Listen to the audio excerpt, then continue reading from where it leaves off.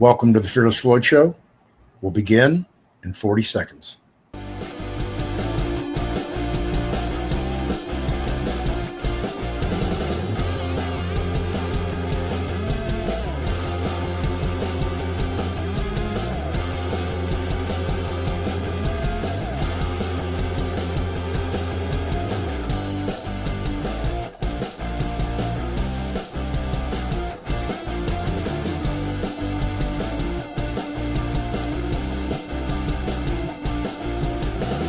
Venezuela Update, September 2, 2025, brought to you by the Fearless Floyd Show.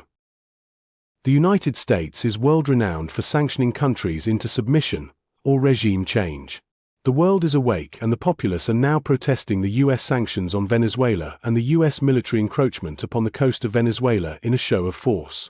Venezuelan President Maduro countered the naval encroachment with his own show of force, covered in our Monday, September 1 video. Could the U.S. take military action to support the sanctions? Anything is possible. However, Venezuela is clearly outclassed, outmanned, and inept militarily to counter any U.S. offensive. There is a plan that has yet to be publicly explained. The ultimate goal of the U.S.? Regime change, an installation of a Venezuelan government allied with the Trump administration goal of full-spectrum dominance of the world, in which AI will be the new world order, an all-seeing eye. A capital I. I.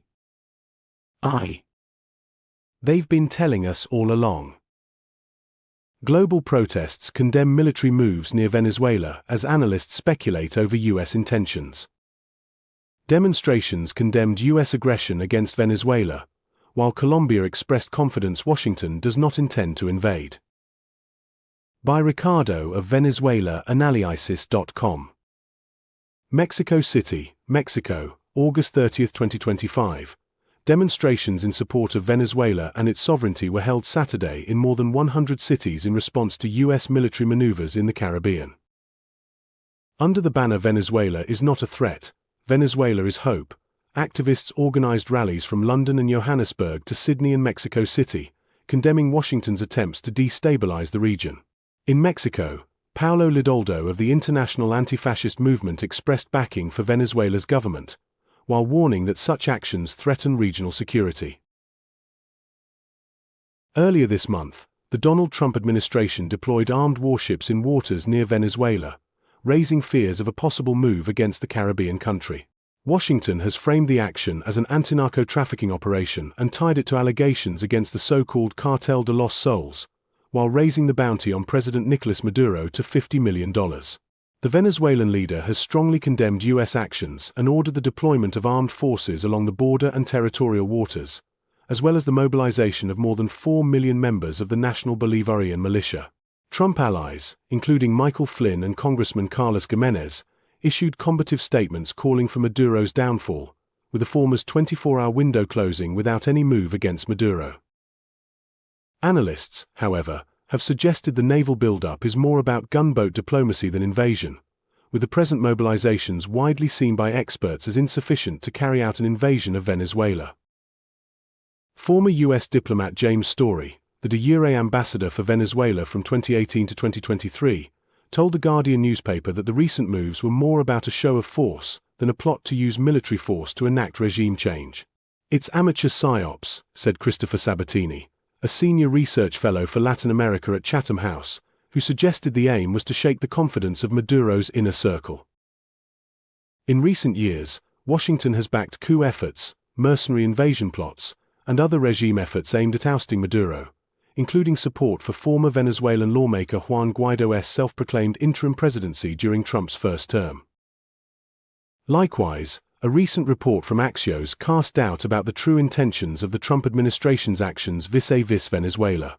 Nonetheless, one anonymous Trump official described the move as a potential repeat of the 1989 Noriega operation in Panama, while others admitted it was as much about pressuring Venezuelan officials. The president has asked for a menu of options. And ultimately, this is the president's decision about what to do next, but Maduro should be shitting bricks, the official told Axios with candor after being granted anonymity. Colombia's Foreign Minister Rosa Villavicencio said Washington had assured Bogotá there would be no military intervention in Venezuela, stressing that operations were focused only on narco-trafficking. "We are seeking peace in our territories with medium and long-term commitments. And in all of that, they are also committed to helping both the United States and other countries in the region," said Villavicencio. Opposition leader and former presidential candidate Enrique Capriles rejected in an interview with the BBC any foreign military intervention in Venezuela, emphasizing the human cost and the importance of dialogue between Caracas and Washington. "Most people who want a military solution and a US invasion do not live in Venezuela. They don't even understand the consequences of it," said Capriles.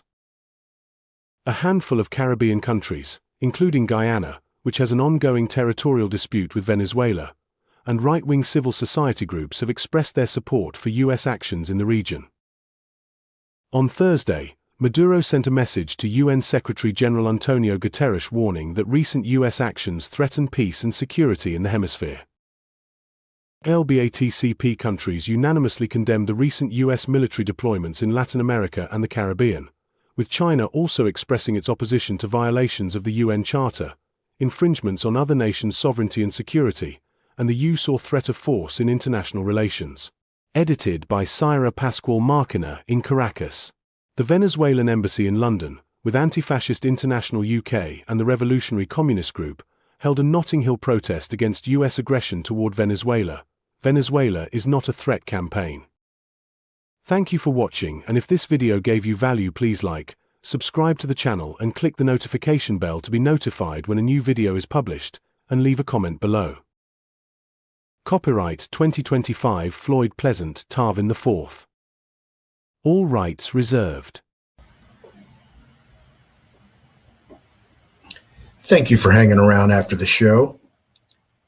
I want to present to you Tailor-Made Trust, featuring Ann LaFleur's Trust Series, available at tailormadetrust.com, as well as thefearlessfloydshow.com store.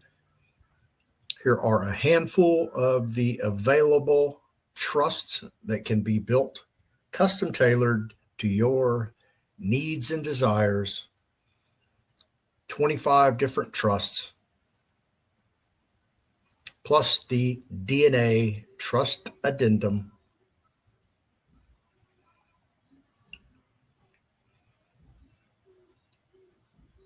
And as always, Ann LaFleur's classic trusts and ancillary classes, and also Ann's books on trust and specialty trust, which I also co-authored. If you'd like to get a class, a book, or have a trust custom built for you, always available at thefearlessfloydshow.com store.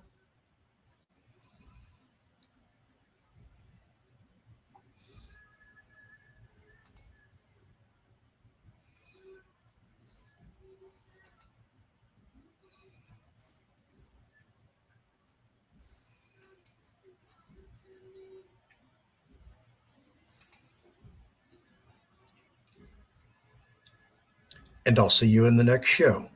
Thank you for watching, and have an awesome day.